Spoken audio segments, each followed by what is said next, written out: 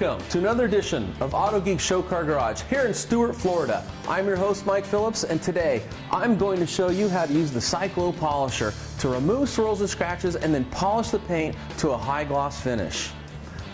The Cyclo Polisher was introduced in the early 1950s, and because it's safe for all paints, it's perfectly suitable for today's modern clear coat finishes. The Cyclo Polisher is unique in that it uses two counterbalance heads which orbit in a random overlapping motion that duplicates fine hand polishing. These dual buffing heads operate in a synchronized motion which reduces vibration while providing a well-balanced tool that won't generate heat, and this ensures you won't burn the paint or instill swirl marks. These tools are built to last and are for the most part indestructible. They can be used for polishing cars, trucks, and SUVs, as well as motorhomes, boats, and just about anything made from polished aluminum, like Airstream trailers, aluminum tanker trucks, and aluminum aircraft, all without instilling swirls. The Cyclo can also be outfitted with brushes for cleaning carpet, fabric, and even leather surfaces. Today, I'm going to show you how to use the proper techniques for removing swirls, scratches, and water spots, and then how to polish the paint up to a super high gloss, perfect for applying a coat of wax or a paint sealant. While the car may look really nice in the garage setting, let's drive this car out and get an accurate evaluation of the true condition of the finish using bright sunlight. When the car is in the garage, a lot of times you can't see these swirls and scratches. It's only under bright light conditions that they're revealed to your eyes. Now, if the sun isn't available, you can always use a Brinkmann Swirl Finder light. The Brinkmann Swirl Finder light will also reveal the swirls and scratches to your eyes in a garage setting. As you can see, with the sun overhead shining down on the paint, it's easy to see all the swirls and scratches that are instilled throughout the entire finish.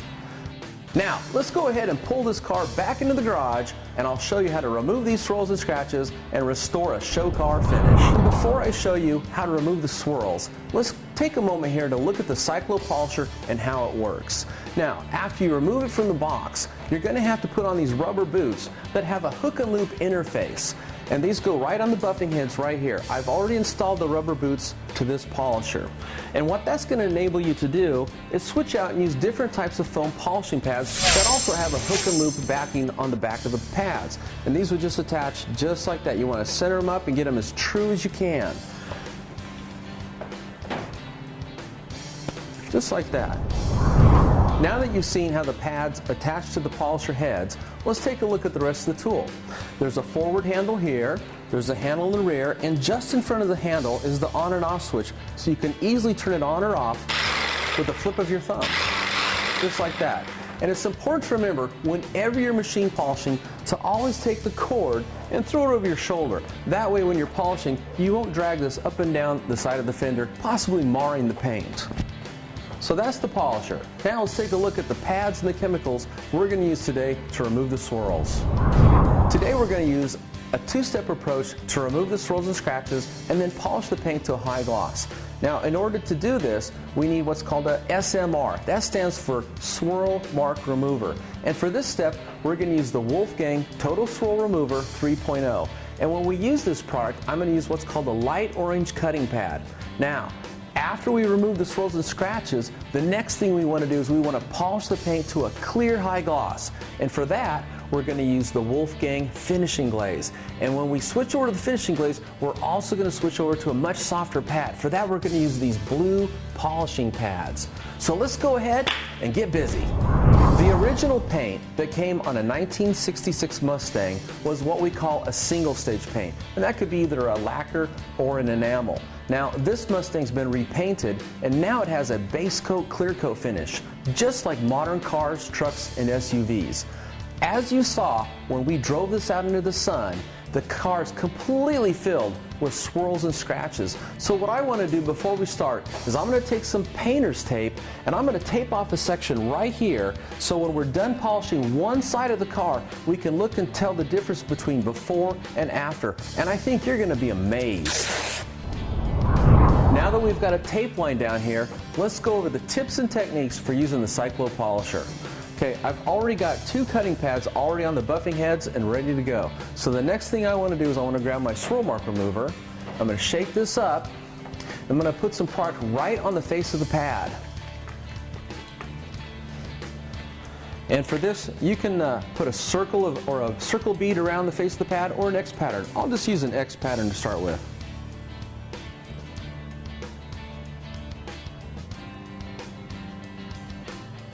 And before I turn this on, I want to go over the proper technique for actually moving the polisher over the paint. There we go. Okay, as you can see, that's an X pattern. That's plenty enough product to start polishing. And again, before we ever start polishing, you want to put this cord over your shoulder. And that way, it won't drag up and down on the paint itself and possibly mar it or even scratch it.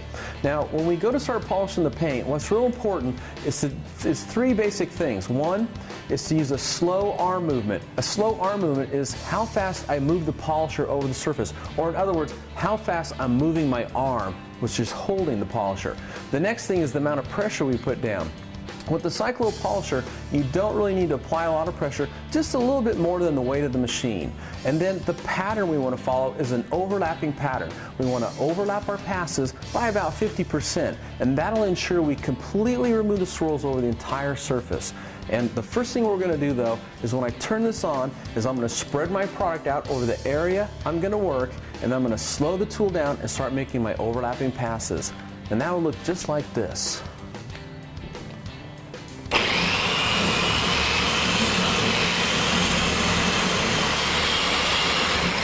Okay, I have my product spread out over the area I'm going to work, and this is about a 20-inch by 20-inch square area. And when you're removing swirls, you don't want to tackle too big of an area. You want to focus on a small area and kind of break the car up into small sections and then remove the swirls. And as you finish one section, then move on to another section and overlap a little bit into the previous section.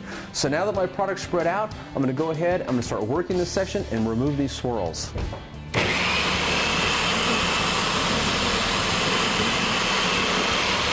Overlap by 50%. I'm going to overlap again by 50%. I'm going to get one more pass in. Now I'm going to go back in my first direction.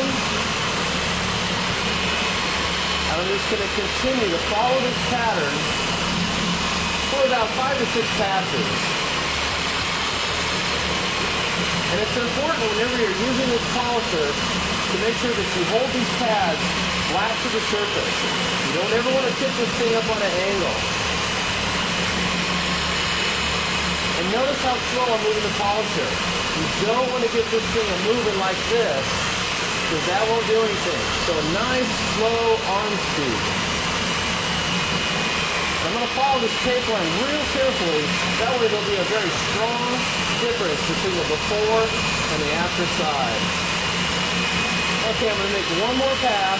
And we're going to wipe off. We'll take a look at the results. Okay, and before I lift this machine off the paint, I'm going to turn it off, then lift it off. Otherwise, you could throw splatter everywhere. You'll have to put the polisher down and start wiping the splatter off, and that's not any fun. We're ready to wipe off the residue, and to do that, I'm going to use a clean, soft microfiber polishing towel. Now, whenever you go to remove the residue, what you want to do is you want to take your microfiber polishing towel and fold it 4 ways. This will give you 8 sides to wipe with, but it'll also give you some cushion to spread out the pressure of your hand. So I'm going to lay this down flat and then just gently wipe this off. At this point, the finish is looking really clear and smooth, and all the swirls and scratches are gone, so you want to be careful that you don't put any tally marks back in. There we go. That looks good. Now we're ready to go to the next step. And the next step is we're going to switch our pads. We're going to go from the light cutting pad to the blue polishing pad, and then we're going to switch over to the Wolfgang Finishing Glaze 3.0. We're ready for the second step. Now, when I look at the results so far, they look really good.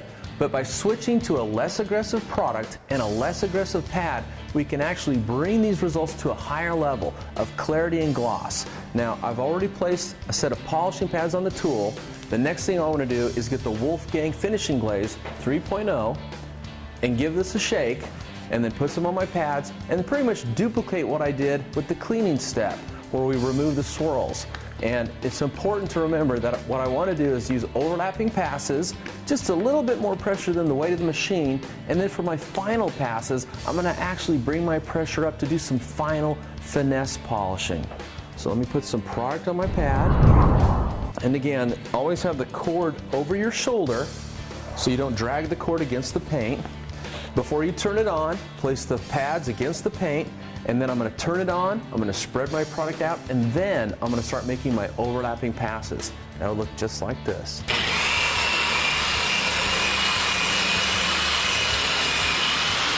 Okay, I've spread the product out, and if you notice, I did that pretty quickly because at this point, it's not important how fast I'm moving my arm because I'm just trying to spread the product out. But now that I've got the product spread out, I want to slow down to a slow arm speed. That's how fast I'm moving the polisher. Again, I'm going to put just a little bit more pressure than the weight of the machine, and then I'm going to use overlapping passes, overlapping my passes by about 50%. So let's watch this. There, I've slowed my arm speed down. I'm going to just move this polisher over and overlap my passes by 50%. And I'm putting just a little bit more pressure down on the head of this unit than the weight of the machine. I'm going to make 2 or 3 passes like this. And then I'm going to make 2 or 3 more, only I'm going to bring the pressure up. Let me make 1 more. With some firm pressure.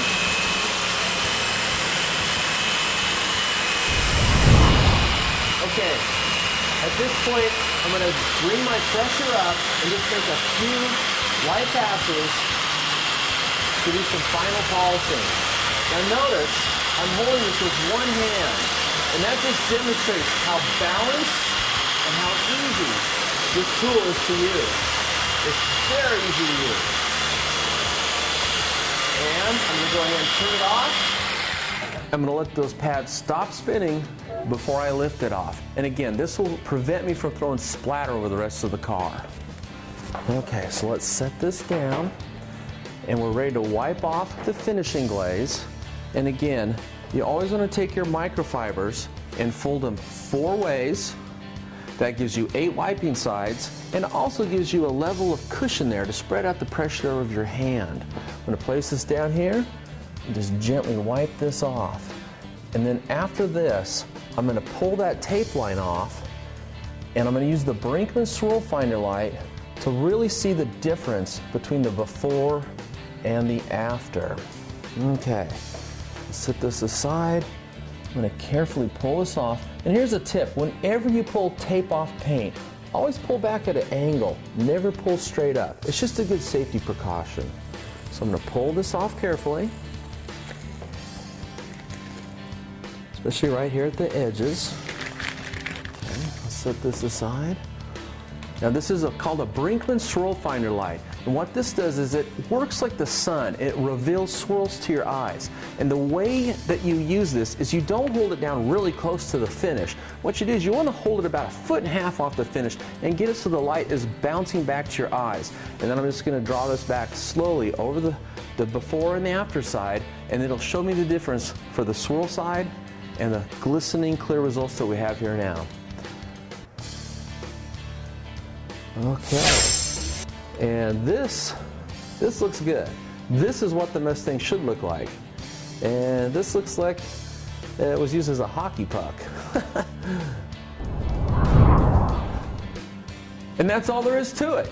If you use the right pads with the right products and the right technique with the right tool, you can get show car results in your garage too.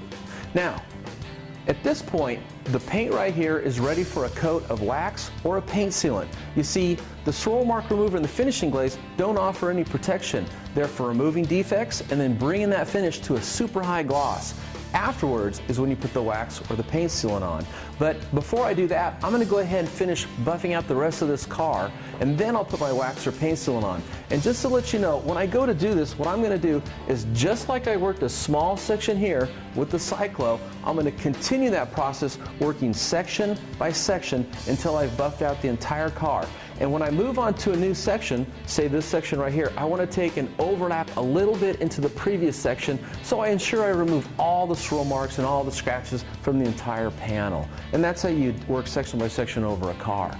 Now, if you're interested in the Cyclo Polisher or anything else you've seen here today, what you want to do is visit autogeek.net. And when you get to that website, in the upper left-hand corner, there's a search box. Type in the word Cyclo and hit your enter key, and this will pull up some more information on the Cyclo Polisher. Another way you can find it is on the left-hand side, there's a navigation pane, and look for a text link that says Car Buffers and Polishers and Pads. Click on that, and after that page loads, scroll down, and again, you'll find the Cyclo Polisher. If you have any further questions, you can always call our tech line at 1-800-869-3011, and someone will be happy to give you a hand and help you with your questions there. You can also visit our friendly and helpful discussion forum, and that's at autogeekonline.net. And that's where you'll find me posting how-to articles and answering questions for people working on their car in their own garage. That's all I have here for you today. My name is Mike Phillips. I'll see you on the next edition of Autogeek's Show Car Garage. Now I got to get busy, finish polishing out this car.